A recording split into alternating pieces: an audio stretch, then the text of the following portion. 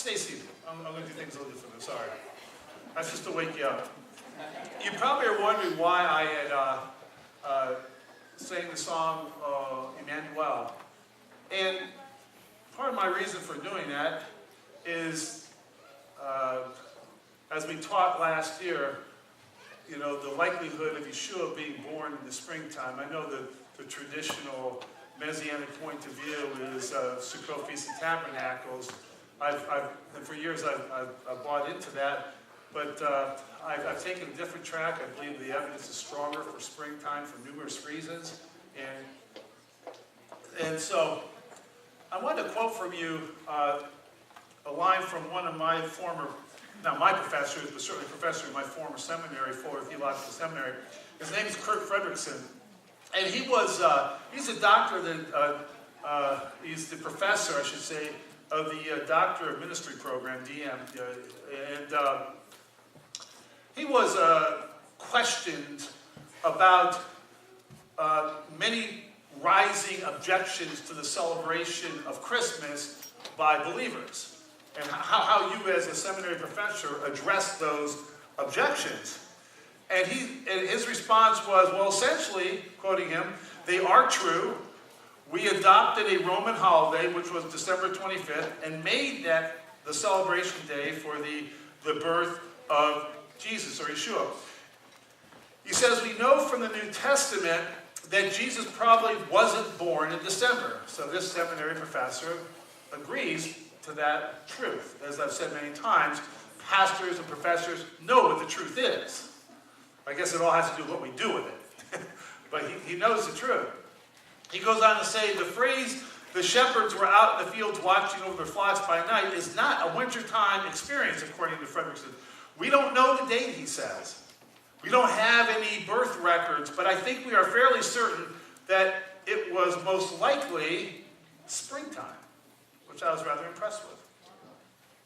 And of course, with the astute and learned professor, I agree. The most likely time of his birth is probably Aviv lunch or Nisan lunch, which is going to be taking place Monday evening. But there is another highly significant event that, according to Scripture, we are to commemorate in Yeshua HaMashiach's life on earth.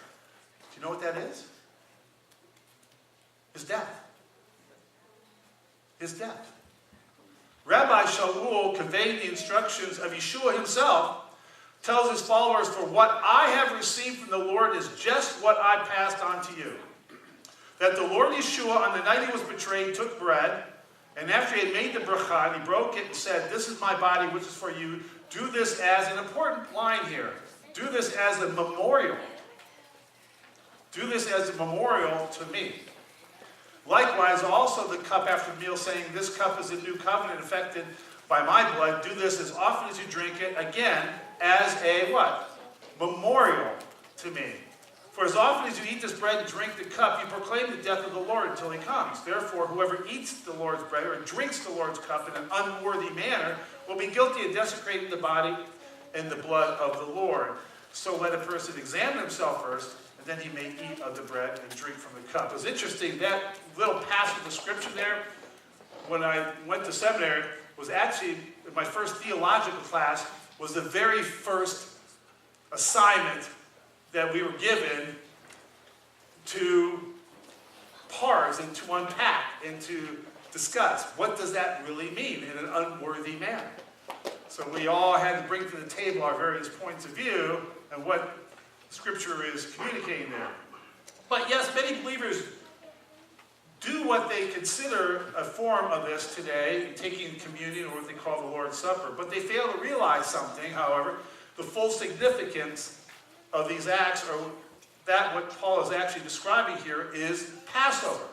And we know that, which is Yeshua himself called his observance. So this is where we're at here.